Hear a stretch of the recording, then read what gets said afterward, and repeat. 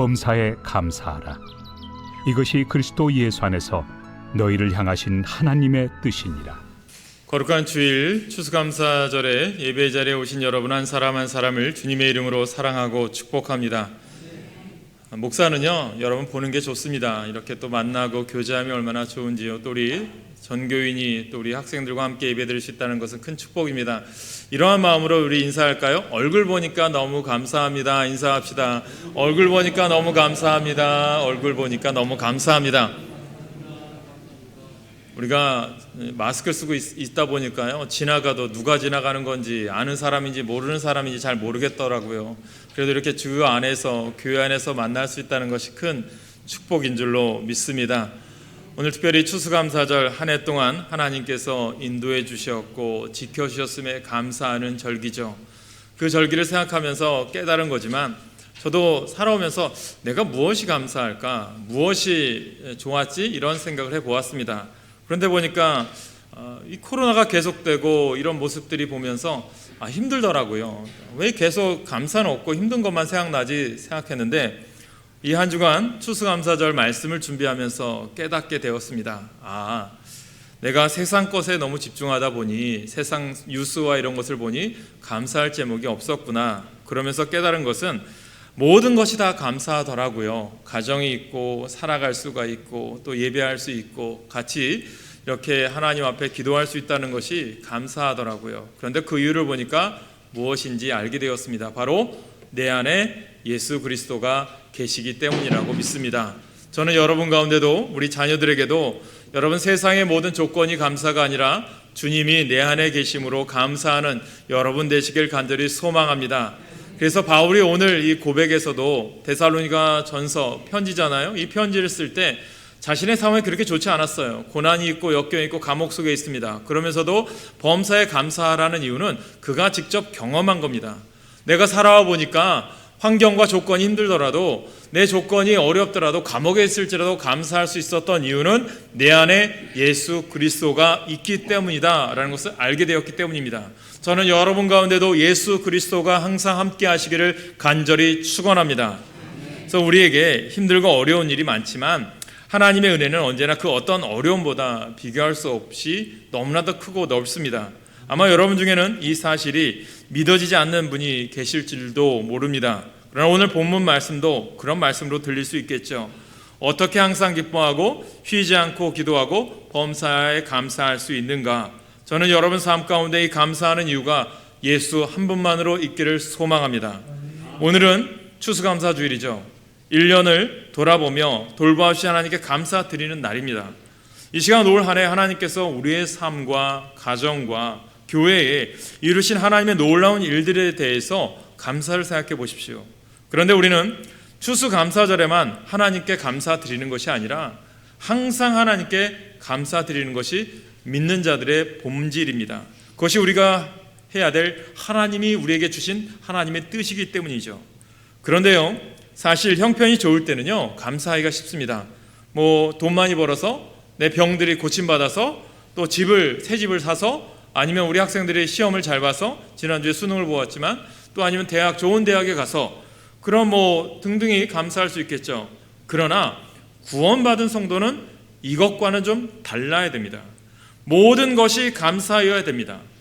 여러분, 형편이 어려워지면 감사드리기가 어렵겠죠. 환경과 조건이 어려울 때 감사드리는 것은 우리의 본성과 맞지 않겠죠. 그런데 오늘 본문 말씀에 바울은 우리에게 이렇게 권면합니다. 범사에 감사하라.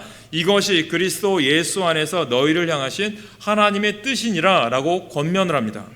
범사에 감사하는 것이요, 우리를 향하신 하나님의 뜻이래요. 이 말씀에 비춰볼 때 하나님을 믿는 우리가 진정으로 하나님께 기뻐할 수 있는 길은 바로 범사에 감사하는 삶임을 믿으시길 간절히 축원합니다. 그래서 여기서 범사는 어떤 걸까요? 환경이 좋을 때나 어려울 때나 모두를 말한다는 거죠. 그러면 우리는 어떻게 환경이 어려울 때도 감사를 드릴 수 있을까? 여러분, 예수님을 믿는 사람들에게는 이와 같은 변화가 일어난다는 거예요. 평생 열등감과 좌절감 속에 살았는데 자신이 하나님의 형상대로 지음받은 존귀한 존재임을 깨닫게 될 때, 세상은 여러분 미의 가치 기준, 그래서 성형외과가 많이 호황되는 이 시대 속에 살지만 주님의 안에서는 우리가 하나님의 형상, 겉모습이 아니라 내 안에 예수가 계시고 주님이 나를 택하신 그 사랑만 있다면, 그 사랑을 깨닫게 된다면 내 환경과 조건에 상관없이 감사가 터져나오게 될 수밖에 없다라는 거죠. 무거운 죄책감 때문에, 또 내 안에 해결되지 않은 어려움 때문에 살았는데 그 모든 죄가 예수님의 십자가의 은혜로 다 용서받았음을 확신하게 되었을 때 감사가 터져나온다는 거예요. 오늘 본문 말씀 중에서 우리에게 주목하고 싶은 구절이 있어요. 왜 바울이 범사에 감사하라라고 얘기하면서 우리에게 주는 가장 중요한 핵심적인 메시지가 뭐냐? 감사할 수 있는 이유는 어느 때 가능하느냐? 처음에 말씀드린 것처럼 예수 안에 있을 때 가능하다는 거예요. 저는 여러분 사람들이 예수 안에 있길 간절히 소망합니다. 예수 안에 있다는 게 뭘까요? 곧 영접하는 자, 그 이름을 부르는 자, 그 이름을 믿는 자는 하나님의 자녀가 되는 권세를 주셨다고 했어요. 영접하는 자예요. 내 안에 예수님이 계신 거예요. 오늘도 내 옆에 계신 거예요. 내가 공부하는 데 계시고, 내가 옆에서 정말 일하는 데 계시고, 내가 사업하는 데 계시는 주님을 명심하라는 거예요. 그러면 나를 보호하시고 인도하신다는 것을 믿으시길 간절히 소망합니다. 그래서 오늘 예수 그리스도 안에서 이 말을 꼭 기억하십시오. 기쁨과 기도와 감사의 생활 방식이 하나님이 뜻인데, 이 뜻은 아무에게나 적용되는 것이 아니라 예수 그리스도 안에 거하는 자들에게 주시는 복이라는 것입니다. 그래서 감사는요, 하나님을 잘 믿는 자에게 주시는 거예요. 그러므로 우리가 범사에 감사하기 위해서는요, 믿음의 구조를 알아야 돼요. 그럼 믿음이란 뭘까? 하나님이잖아요. 그럼 하나님은 어떤 분이지? 하나님은 나에게 어떤 존재지? 이것을 아시라는 거예요. 우리 학생들도 마찬가지예요. 여러분들에게 하나님은 어떤 존재입니까? 그냥 그냥 배운 하나님입니까? 아니라는 거예요. 저는 여러분들이 체험해서 아는 하나님이 되기를 원하는데, 특별히 오늘 이 바울이 우리에게 주시는 핵심적인 메시지 첫 번째, 그 하나님은 사랑의 하나님을 명심하라는 거예요. 범사에 감사하기 위해서 우리는 무엇보다 먼저 사랑의 하나님을 믿으시기 바랍니다. 하나님은 사랑이시다. God is love라고 얘기하잖아요. 그 사랑이신 하나님은 어느 정도로 여러분을 사랑하셔요? 독생자 예수 그리스도를 이 땅에 보내셔서 십자가에 지신같이 여러분 그 아들을 십자가에 못 박기까지 여러분을 사랑하셔서 이 땅에 보내신 분이라는 거예요. 그래야만 우리가 주님의 자녀가 되는 권세를 얻을 수 있기 때문이에요. 그래서 바울이 로마서 5장 8절에 이렇게 얘기합니다. 우리 같이 읽을까요? 앞에 말씀 보고 같이 읽습니다. 시작. 우리가 아직 죄인 되었을 때에 그리스도께서 우리를 위하여 죽으심으로 하나님께서 우리에 대한 자기의 사랑을 확증하셨느니라. 누구를 통해서요? 예수 그리스도를 통해서. 이 말씀은요, 하나님께서 여러분 우리를 어떻게 사랑하시는지 알려주는 거잖아요. 우리는 우리를 미워하고 대적하는 사람들에게요, 뭔가 주기 싫어해요. 그렇지만 우리가 사랑하는 사람들에게는 가장 소중한 것을 주어도 아끼지 않아요. 하나님이 여러분을 사랑하시는 거예요. 그렇기 때문에 누굴 주신 거예요? 아들 독생자를 보내주신 거예요. 그럼 여러분 어떤 존재예요? 내가 예수 그리스도를 믿음으로 그분을 통해서 이제는 하나님의 자녀가 되었으면 여러분의 존재는 뭐냐? 세상에 100원짜리 200원짜리가 아니라 예수 그리스도의 핏값으로 산 아름다운 예수님짜리 인생임을 믿으시길 간절히 소망합니다. 그분의 인생이 되었고 이제는 여러분을 존귀한 자로 부르셨어요. 그 부름에 쓰임받는 아름다운 일은 뭘까요? 감사하는 삶으로 드러내시길 간절히 소망합니다. 그 감사함을 어떻게 돼요? 선한 영향력을 끼치라는 거예요. 세상의 아름다운 빛으로 소금으로서 역할을 감당하기 원하는 거예요. 그럴 때 세상 사람들이 여러분을 보고 주님이 살아계심을 믿게 될 줄로 믿습니다. 그게 복음의 역사예요. 우리는 이전에는요, 하나님을 대적하고 불순종하는 하나님의 원수였어요. 하나님은 이런 우리를 위해서 가장 소중한 독생자를 희생시키셔서 하나님께서 우리를 사랑하신 것을 확증하셨다는 거예요. 이렇게 하나님은 죄인이 우리를 위해서 소중한 아들을 희생시키심으로 우리에 대한 하나님의 사랑을 증명하셨다는 거예요. 그러므로 우리는 하나님의 아들이신 예수님의 십자가의 죽으심을 생각할 때마다 하나님께서 나를 얼만큼 사랑하시는지 아셔야 된다는 거예요. 깨달으라는 거죠. 우리 죄로 인해 마땅히 심판받아 지옥으로 영원히 형벌을 받아야 할 우리가 독생자를 희생하시기까지 사랑하는 하나님의 크신 사랑을 여러분들이 경험하고 그 하나님을 찬양하시길 소망합니다. 그 하나님이 있기에, 그 예수 그리스도께서 있으시기에. 그래서 바울은 로마서 8장 32절에 자기의 아들을 아끼지 아니하시고 우리 모든 사람을 위하여 내주시니가 어찌 그 아들과 함께 모든 것을 우리에게 주시지 아니하겠느냐. 사랑하는 여러분, 하나님은요 우리를 사랑하셔서 독생자까지 희생하셨다고 말씀드렸어요. 그러므로 우리를 사랑하셔서 독생자까지 허락하신 하나님께서 우리에게 해가 되는 것은 절대로 주지 않습니다. 근데 왜 내가 고난당해요? 뭘까요? 깨달음을 얻기 원하는 거예요. 그것을 통해서 주님을 더 알기를 원하는 거예요. 사랑하는 자녀들이 부모가 깨닫게 하기 위해서 때로는 회초리 들고 야단치는 이유가 뭘까요? 그 자녀가 올바른 길 걸어갈 수 있도록 하기 위해서 아닙니까? 주님도 그런 길을 원하는 거예요.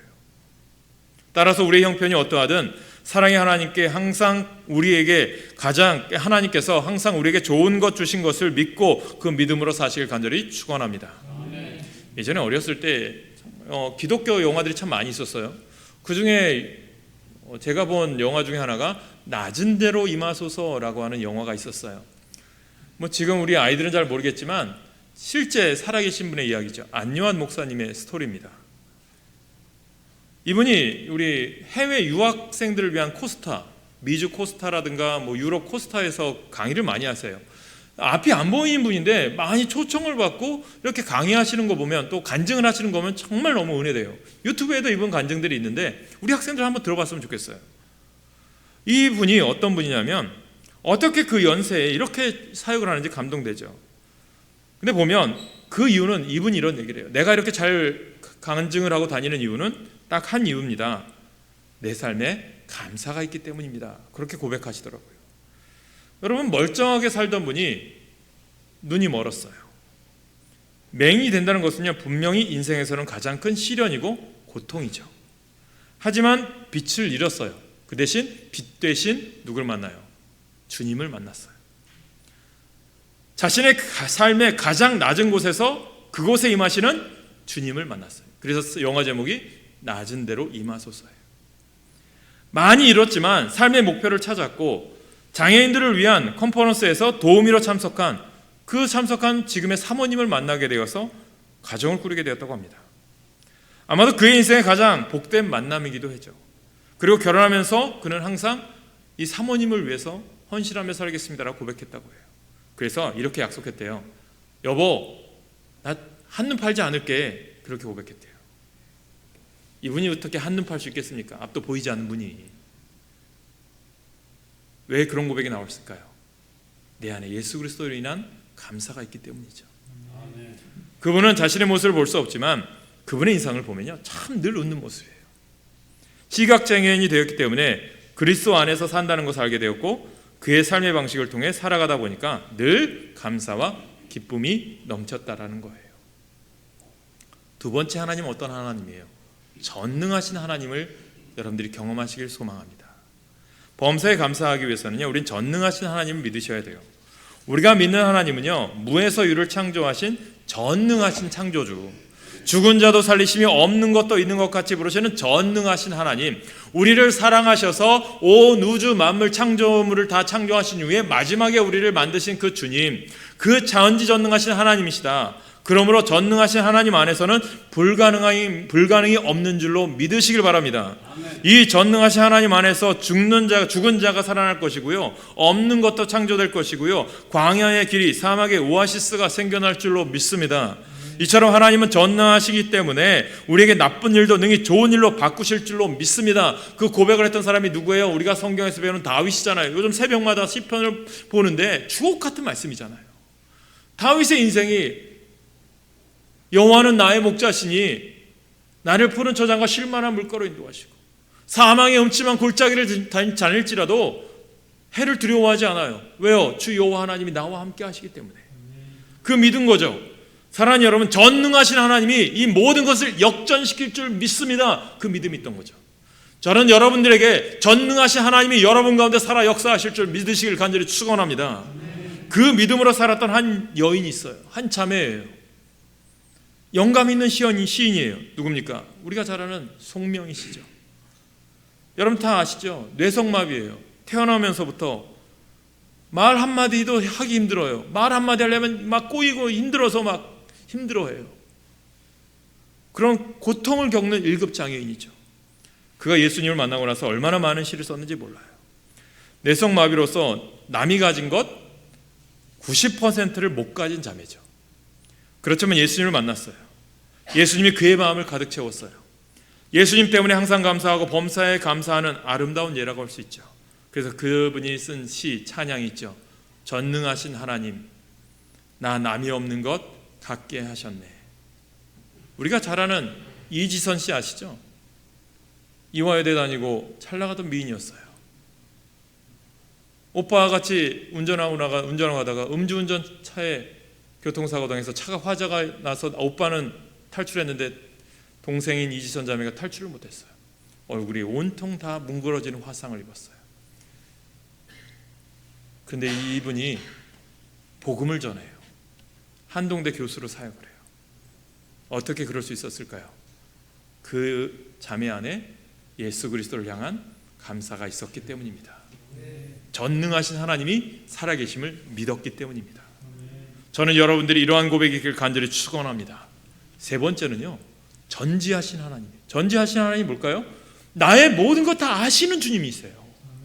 저는 여러분들에게 기도하라는 이유는 여러분들 삶의 일거수일투족을 주님은 다 아신다니까요. 그런데 주님이 원하는 게 뭘까요? 부르짖기를 원하시는 거예요. 너 정말 그 기도 받고, 너 이 문제 해결되기를 원해? 너 정말 이 어려움 극복하기 원해? 주님이 정말 원하는지를 듣고 싶은 게 기도하라는 거예요. 나의 모든 거 아시면서 알아서 해주시겠지가 아니라 너 간절함이 있느냐? 너 그 문제 갖고 정말 해결되기를 원하느냐? 주님은 그걸 보기를 원하는 거예요. 살아가다 보면 우리는 참 자주 잊어요. 잃어버려요. 이게 인간의 모습이죠. 그러나 하나님은 모든 것 아시고 약속을 지키시는 분이시잖아요. 나의 모든 것 보시고 아시는 주님, 그분을 바라보며 그분께 나아가는 여러분 되시길 간절히 축원합니다. 그래서 범사에 감사하기 위해서 우리 모든 것을 다 아시는 전지하신 하나님을 믿어야 됩니다. 이 우리 전지하신 하나님은요, 우리 모든 형편 아셔요. 그래서 시편 기자인 139편에 보니까 이렇게 고백을 해요. 시편 기자가 같이 읽을까요? 시작. 여호와여, 주께서 나를 살펴보셨으므로 나를 아시나이다. 주께서 내가 앉고 일어섬을 아시고 멀리서도 나의 생각을 밝히 아시오며 나의 모든 길과 내가 눕는 것을 살펴보셨으므로 나의 모든 행위를 익히 아시오니. 할렐루야. 이처럼 전능하신 하나님은 우리보다 우리를 더 잘 아세요. 우리의 약점을 고쳐야 할 부분도 다 아세요. 그리고 그 약점을 위해서 어떻게 하는 줄 아세요? 훈련을 시키시더라고요. 때로는 코너로 모세요. 벼랑 끝에서도 너 하나님 의지하는지 보는 거예요. 어려운 가운데 주님을 의지하는지 바라보신다니까요. 제가 정말 목회가 힘들 때, 어려울 때 힘을 주었던 책이 있어요. 강준민 목사님의 벼랑 끝에서도 웃게 하시는 하나님의 은혜.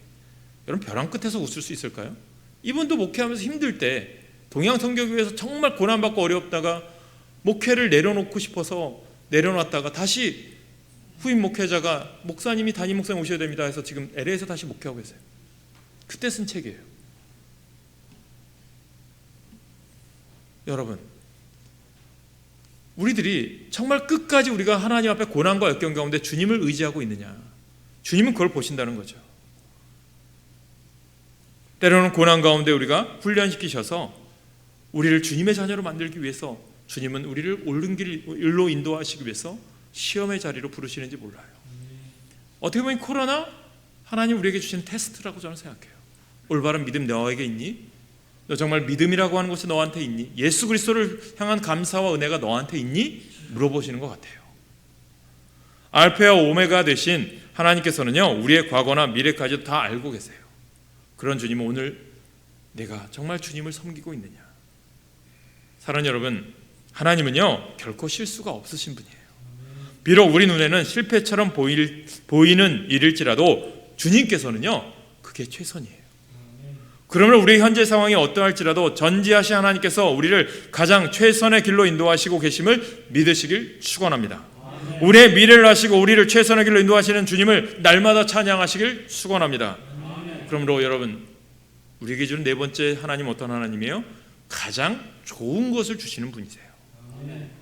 이처럼 우리를 사랑하신 하나님은요 전지전능하시죠. 그러므로 우리 하나님 아버지는요 우리에게 가장 좋은 것만 주시기 원하세요. 그러면 하나님께서 우리 삶에 가장 좋은 것만 주시는데 왜 또 우리 삶에 어려움과 고난이 찾아올까요? 질문할 수 있겠죠. 그것은요, 우리를 향하신 하나님의 목적은 바로 구원받은 후 우리가 하나님의 아들의 형상을 본받게 하시는 것이기 때문이에요. 그래서 바울이 로마서에서 이야기하잖아요. 8장 29절부터 28절 29절에 보니까 이렇게 얘기해요. 같이 읽습니다. 시작. 우리가 알거니와 하나님을 사랑하는 자 곧 그의 뜻대로 부르심을 입은 자들에게는 모든 것이 합력하여 선을 이루느니라. 하나님이 미리 아신 자들을 또한 그 아들의 형상을 본받게 하기 위하여 미리 정하셨으니 이는 그로 많은 형제 중에서 맏아들이 되게 하려 하심이니라. 아멘. 할렐루야. 여러분, 왜 나만 겪는 고난이냐고 불평하지 마세요. 찬양 있잖아요. 주님이 향하신 뜻 알기 위해서예요. 오늘 감사절을 보내면서 우리가 정말 감사가 있는지 기억하셔야 됩니다. 바울이요, 이 로마서의 고백을 통해서 주는 메시지는요, 너 그래 합력해서 선을 이루니까 위로하고 덕담이 아니에요. 바울이 직접 체험한 경험인 거예요. 신앙의 의인들이죠. 이 시대도 많은 신앙의 사람들이 믿음은 이렇게 살아가야 됩니다. 신앙인은 이렇게 살아가야 됩니다. 끊임없이 우리에게 증거하고 있는데 우리는 들으려고 하지 않기 때문에 문제 아닙니까? 바울은 어떤 삶을 살았습니까? 이방인의 사도로 부름을 받아요. 복음을 전하기 시작했는데 계획대로 되지 않는 거예요. 그가 회심한 후 3년 후에 예루살렘 교회에 가서 베드로와 야고보를 만나서요, 함께 사역하다가 이제 정식 선교사로 파송받았어요. 안디옥 교회에서 파송을 받아 이제 이방인들에게 복음을 전할 계획이었는데요, 거절을 당해요. 아직 안 됐어. 그래서 고향 다소에서 13년을 머물러요. 근데 그곳에서 어떻게 되느냐, 그로 인해 그는 신앙의 원리와 교리를 배우기 시작하고 기초를 세울 수 있기 시작합니다. 고린도에서 사역할 때는요, 로마와 데살로니가 가기를 원했지만 길이 막혀서 못 갔어요. 근데 몇 해 동안 할 수 없어서 그로 인해서 대신 로마로 향한 편지와 데살로니가를 향한 편지를 썼어요. 그것이 후에 오늘날 성경이 된 로마서와 데살로니가서죠.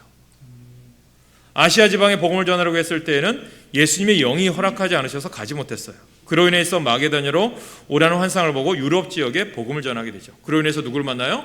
루디아라고 하는 한 여인을 만나고 최초의 빌립보 지역에 또한 데살로니가 지역에 교회가 세워지기 시작해요. 그러면서 그가 깨달은 게 뭘까요? 잠언 16장 9절. 사업하는 분들이 항상 얘기하죠. 자기의 길을 계획할지라도 그의 걸음을 인도하시는 분은 하나님이시니라. 저는 여러분들 이 경험이 있길 축원합니다. 루스드라에서요, 돌에 맞아 죽을 뻔했어요. 빌립보에서 감옥에 갇히기도 했어요. 그러나 그곳에서 기도하고 찬양했을 때 옥문이 열리고 그 기적을 통해서 간수장의 가족들이 복음으로 변화되어집니다. 다 모든 것이 하나님의 선하신 역사였죠. 범사에 감사할 수밖에 없는 뜻을 알게 되었던 거죠. 이것을 무엇을 알게 됩니까? 그래서 오늘 고백 그거죠. 지나고 보니까 이 모든 것이 하나님의 은혜요, 감사요, 하나님의 뜻이었구나. 저는 여러분들 이런 고백이 있길 바라요. 믿음 생활 해왔는데 지금 내가 믿음 생활 어떻게 하느냐에 따라 후에 고백되어지게 될 거 아닙니까? 여러분들이 하나님 앞에 갈 때가 되었을 때 주님이 언제 나를 부르실지 모르겠지만, 주님, 내가 지나온 세월을 되돌아보니 하나님 감사할 것밖에 없더라고요. 왜죠? 어려움 속에서, 고난 속에서 나를 연단시키셨고 나를 장군과 같이 만드시기 위한 하나님의 뜻이었구나. 그 가운데도 먹게 살게 해주시고 인도하심에 감사하는 거죠. 하나님께서 이스라엘 백성들을 출애굽시키시고 광야에서 훈련시키시고 가나안 땅을 향해 정복하러 갔을 때 하나님이 그들에게 원한 게 뭘까요? 에베네셀의 하나님, 지금까지 인도하신 하나님, 그 하나님을 믿고 앞으로도 너희들 주 여호와 하나님만 의지하며 임마누엘의 주님을 의지하며 살기를 바라는 것이 하나님의 뜻 아닙니까? 오늘 저는 여러분의 삶에서 임마누엘의 주님이 계십니까? 그 주님을 만나시길 간절히 축원합니다. 여러분, 우리의 구원의 최종 목적은 우리의 인격이 연단되어서 그리스도의 형상을 담는 거예요. 그러므로 우리가 겪고 있는 고난도 하나님께서 우리를 아들의 형상으로 빚으시기 위한 도구이심을 믿으시기 바랍니다. 그래서 베드로는요, 우리가 환난 중에서도 즐거워하라고 권면하고 있어요. 이번 주 수요일에 이제 수요 성경 인물 공부가 베드로예요. 두 번째 베드로 시간인데, 제가 이제 베드로를 공부하면서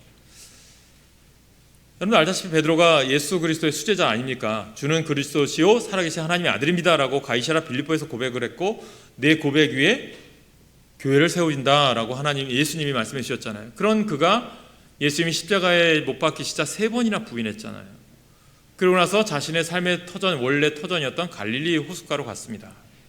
근데 그곳에서 예수님이 찾아오셨죠. 부활하신 주님이 고기를 굽고 숯불가에서 맞아주시면서 그를 사랑으로 대하시면서 내가 나를 사랑하느냐, 내가 나를 사랑하느냐 3번 물어보시잖아요.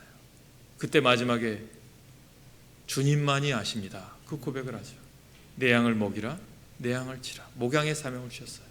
그러던 그가 이제 로마에서 복음을 전하기 시작합니다. 복음을 전하는데 쉬웠을까요? 쉽지 않았죠. 초대교회 박해가 얼마나 심했습니까? 이제 네로가 황제가 된 이후에 초대교인들을 핍박하기 시작해요. 불을 자기가 질러놓고 초대교인들이 불 질렀다라고 누명 씌워서 핍박과 고난이 와요. 불태워 죽고 동물의 사자의 먹이가 돼요. 그때 그 고난의 자리를 잠시 피해서 베드로가 로마를 벗어나는 길이었어요. 그때 멀리서 환상이 보이죠. 누가 보입니까? 예수 그리스도가 보이는 거예요. 자신은 로마를 벗어나려고 가는데 예수님은 로마를 향해 가시는 거예요. 그때 베드로가 이렇게 질문하죠. 라틴어로 코바디스 도미네, 주여 어디로 가시나이까? 예수님이 말씀하시죠. 나는 저 로마를 향해 가서 다시 십자가를 지기 위해 간단다. 그때 베드로가 그 소리를 듣고 회개하고 예수님이 다시 십자가를 지실 수는 없습니다. 자기가 다시 로마로 가요. 그래서 복음을 전하다가 순교의 자리에 서게 되죠. 그러면서 순교자 자리에서 저는 예수님처럼 십자가에 똑바로 못 박힐 수 없는 죄인입니다. 거꾸로 십자가를 세우고 거꾸로 매달아 순교하게 해달라고 하면서 거꾸로 십자가에 못 박혀 순교했습니다. 사랑하는 여러분, 그때 쓰여진 성경이 이 베드로가 고난 가운데 쓴 성경이 베드로 전후서예요. 그러면서 이렇게 이야기하죠. 우리 같이 읽을까요? 베드로전서 1장 6절 7절 시작. 그러므로 너희가 이제 여러 가지 시험으로 말미암아 잠깐 근심하게 되지 않을 수 없으나 오히려 크게 기뻐하는도다. 너희 믿음의 확실함은 불로 연단하여도 없어질 금보다 더 귀하여 예수 그리스도께서 나타나실 때 칭찬과 영광과 존귀를 얻게 하려 할 것이니라. 아멘. 우리에게 닥치는 환난과 시험은 우리를 근심하게 합니다. 그러나 믿음의 눈으로 이 환난과 시험을 바라보면 이것들은 우리를 연단시키는 하나님의 손길임을 알 수 있다는 거예요. 이 환난과 시험을 통해서 우리는 금보다 더 귀한 주님의 형상을 덧입게 될 줄로 믿습니다. 사실 우리 안에는 평소보다 잘 나타나지 않은 여러 가지 불순물이 있어요. 하나님께서는 환난과 시련을 통해서 우리 안에 있는 모든 불순물, 즉 이기심, 탐심, 고정관념, 편견, 애착들 처리하시는 것을 믿으시기 바랍니다. 그리하여 장차 주님께서 재림하실 때 우리를 순결하고 정직하여 흠 없이 주님 앞에 서게 될 줄 믿으시길 간절히 축원합니다. 이처럼 우리에게 닥치는 모든 일들이 우리를 순결하고 거룩하게 하는 도구임을 믿으셔야 됩니다. 그러므로 우리는 어떤 상황 가운데서도 하나님께 감사하셔야 돼요. 하나님께서 현재 우리에게 주신 모든 환경은 우리에게 최선임을 믿으시기 바랍니다. 이렇게 우리가 모든 환경에서 감사할 수 있는 것이 우리의 최고의 믿음이에요. 그래서 하박국 선지자가 이렇게 고백해요. 이제 남유다가 멸망을 향해 가요. 바벨론이 쳐들어와요. 그런데 그때 고백이 무엇인 줄 아세요? 우리가 잘 아는 말씀이죠. 하박국 3장 17, 18절 같이 읽습니다. 시작.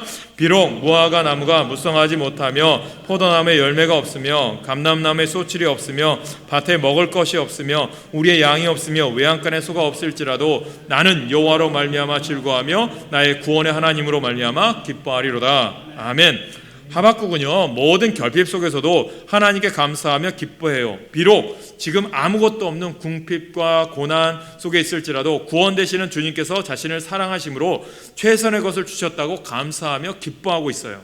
이처럼 어려운 환경 가운데서 감사할 수 있는 것이 우리가 하나님을 믿고 있다는 증거잖아요. 모든 환경에서 감사하는 것이 우리 최고의 믿음임을 여러분이 깨닫게 되길 간절히 소망합니다. 감사가 최고의 믿음의 표현이다. 비록 상황이 어려울지라도 나는 나를 사랑하신 전능한 하나님으로 말미암아 감사하며 기뻐하겠습니다. 이 고백이 있길 축원합니다. 매 순간 우리에게 가장 좋은 것을 주시는 사랑의 하나님, 전지전능하신 하나님을 찬양하시기 바랍니다. 여러분, 우리는요, 우리를 사랑하시는 하나님의 손 안에 있어요. 그러므로 절대로 우리는 손해나는 일이 일어나지 않습니다. 우리 눈에는 나쁘게 보이는 일도 결국에는 우리에게 유익이 되기 때문에 하나님께서 허락하시는 거예요. 하나님은 전능하시기 때문에 나쁜 일도 능히 좋은 일로 역전시킬 줄 믿습니다. 그러므로 하나님께서 우리를 사랑하셔서 가장 좋은 것 주시는 분임을 믿으셔요. 그래서 하나님의 길이 항상 최선이다. 항상 하나님의 길이 옳습니다. 나를 괴롭히는 그 사람이 거기에 있는 것도 우리의 유익을 위해서임을 믿으셔요.